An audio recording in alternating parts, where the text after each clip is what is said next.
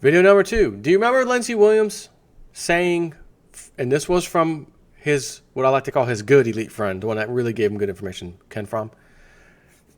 Lindsey, watch China. Watch China. China's the big one. You watch China. So speaking about the big one, I just read also that their GDP or something just surpassed the EU, or maybe the EU in the United States. Maybe it was just the EU. But they got them something little something to deal with, and that little something to deal with is the same something all of us big countries have to deal with: massive debt, little GDP. China Central Bank admits it has a debt problem. This is from Zero Hedge. It has a debt problem and warns there's no easy solution to deal with this. Yeah. So why have you guys been buying all that gold over there in China? Because you know there's no easy way to deal with this, as he just said. That's what they were quoted as saying.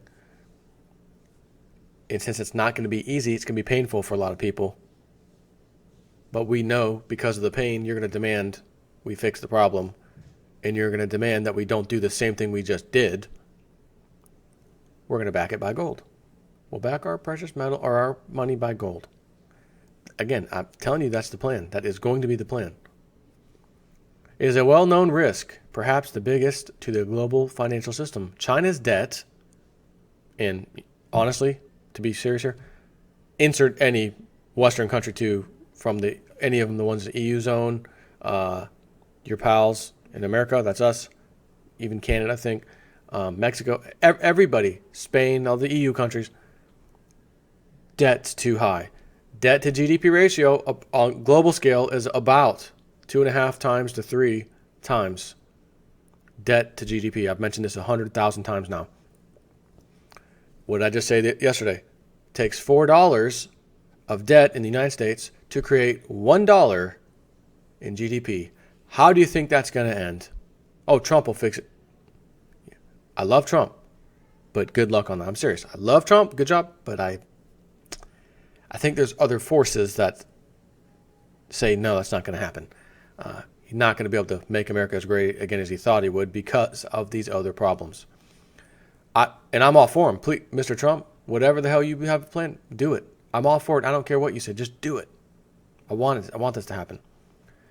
So China's debt is too high, with estimates ranging from 250% to 300% of GDP per the IIF. Again, that's right in line with the global problem I just said. It's about 2.5 to 3 times. That's exactly what 250 to 300% is. 2.5 times or 3 times. And everything is, they got the financial sector, the government, household, non-financial corporates, especially the non-financial corporates. They're really in debt. Anyways. And while China has largely ignored or avoided discussing the troubling implications of its unprecedented debt load, this changed today when the head of the Chinese central bank finally admitted that it has a debt problem, saying that corporate debt levels are too high and that it will take time to bring them down to more manageable levels. It's going to take a little time to prick this bubble. Anyways, it will take time to bring them down to more manageable levels. Right. Yeah, we got that. Underlining what has become the defining battle to put the world's second largest economy on a more sustainable footing, keeping GDP growing at 6.5% or above while injecting trillions in new debt. Non-financial corporate leverage is too high, People's Bank of China governor told reporters at a news conference on the sidelines of the annual parliament session. Quoted by Reuters, he said that efforts will be made to contain debt levels, including restructuring of firms with heavy debt burdens, alongside a push to reduce excess industrial capacity. Furthermore, banks will withdraw support for financially unviable firms, he added, repeating pledges by other officials last year to drive such zombie firms out of the market. I personally think this process is relatively medium term, he said. It won't have very obvious results in the short term because the existing stock of debt is very large, he said. He also said that measures by local governments to cool rising house prices will slow mortgage growth to some degree, but housing loans will continue to grow at a relatively rapid pace. We profiled China's mortgage debt problem last October at Zero Hedge when we showed that over 70% of all new loans went to fund mortgages, which in turn now account for a fifth of the total Chinese outstanding loans. And just looking at this chart, which I'm going to share with you, look at 2011, 2012, 2013, 14, creeping, 15, creeping, 2016, oh my God, mortgage loans as a percent of total loans. I wonder, wasn't there a country, Western country, well, I'm not going to tease you. It's the United States, of course. Who else would I be talking about? That had a period of time where everyone's approved. No credit, no job, the ninja loans, nobody's turned down. Ladies and gentlemen, be sitting behind the wheel Sunday, Sunday, Sunday. Get your new car. Sunday, Sunday, Sunday. Be sitting behind the wheel. No, be standing outside the front door of your house Sunday, Sunday, Sunday. No approval rating, credit rating, no job. You're ready. You're good to go. We got a mortgage for you. How did that end? Ended badly, didn't it? Isn't that right? Yeah, it did. And did you see that chart that last year, 2015-16? Oh my God, 2017. How are so many people getting mortgages in China? Did something change? I mean, did I miss something? Did they just create some new invention the whole world wants, imported into their countries? Or is this a debt-fueled bubble again? I guess we'll find out in the near future, probably. According to official data, China's debt to GDP has risen to 277%, which is up nearly 25% since the end of 2016, a few months ago, when it was just 254%, with an increasing share of new credit being used to pay debt servicing costs, UBS analyst said in a note. In other words, China now finds itself in the Ponzi financing stage of its debt life cycle, with a Minsky moment approaching fast. China's credit growth has been very fast by global standards, and without a comprehensive strategy to tackle the overhang, there is a growing risk it will have a banking crisis or sharply slower growth, or both, the IMF warned last year, with China's leaders having pledged to contain debt and housing risks in 2017 after years of credit-fueled expansion, which has been propelled by the need to meet official economic growth targets. This has proven to be problematic, with expectations that China will have to issue over $3 trillion in debt in the coming year. And as a result, most analysts remain doubtful over the government's commitment to follow through on potentially painful reforms, especially if growth falters. Despite his, is that supposed to be dire or sour? It's dour admission, according to Reuters, the central bank head who took control of the People's Bank of China in 2002 and is the under-the-radar architect of China's financial reforms, was seemingly in a very good mood, smiling and engaging with the deputy governors beside him, as well as news journalists throughout the news conference. Of course, I'm sure after the cameras were off and he went around the corner, he probably puked, if I had to guess. China's corporate debt has soared to 169% of gross domestic product. That's corporate debt. According to figures from the Bank for International Settlements, China needs to first stabilize its overall debt levels before gradually reducing them. Deputy Central Bank Governor Yi Gang said at the same briefing. Perhaps more troubling to China's liquidity addicts, Zhao, which is the central bank head, said that the central bank's tilting towards a neutral stance would help with China's supply side reforms, reiterating that it could be prudent while reminding markets that the central bank has many policy tools at its disposal. In recent months, the People's Bank of China has cautiously moved to a modest tightening bias in a bid to control explosive growth in debt and discourage speculative activity, though it is treading cautiously to avoid hurting economic growth. It surprised financial markets by raising short-term interest rates in January and February by marginal amounts and is expected to bump them higher in coming months, though an increase in its benchmark policy lending rate is seen as unlikely this year. Over the weekend, Beijing set a more modest economic growth target of around 6.5% this year, easing from last year's 6.5% to 7% range, ostensibly to give policymakers more room to focus on financial risks. And let me tell you something. There's going to be just, one or two financial risks that they're going to have to deal with. No more than that, just one or two. The economy ultimately expanded 6.5% last year, but much of the growth came from record lending. Keyword, record lending. That's what we did in America. Record lending for mortgages, houses. We had a record binge. Isn't that incredible? Where have we heard this before?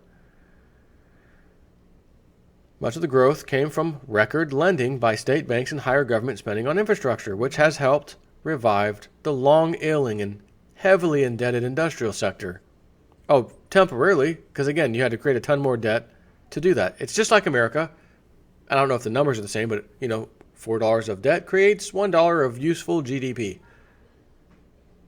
How about $1 of debt creates $4 of GDP? Now we'd be talking. Now we'd be saying, let's all ride the Trump train. Okay? But again, Magic 8 Ball says, not a chance in hell. There's a new answer in there now. Not a chance in hell. And I think it's stuck on there. No matter what I ask it. Whenever it's a financial question, it's just stuck. Not a chance in hell. Still, despite promises of deleveraging, Beijing's trajectory remains much the same. Bank lending in January was the highest on record, and it did not slow as much as expected in February. Quote, if there's too much money in the economy, in fact, it is very harmful to the economy as it might lead to problems such as higher inflation and asset price bubbles, he said. You don't think. While admission of the problem is a key first step, few have any faith that China will take the necessary and very painful next steps to remove the debt froth that has kept not only China, but the global growth dynamo turn. Excuse me.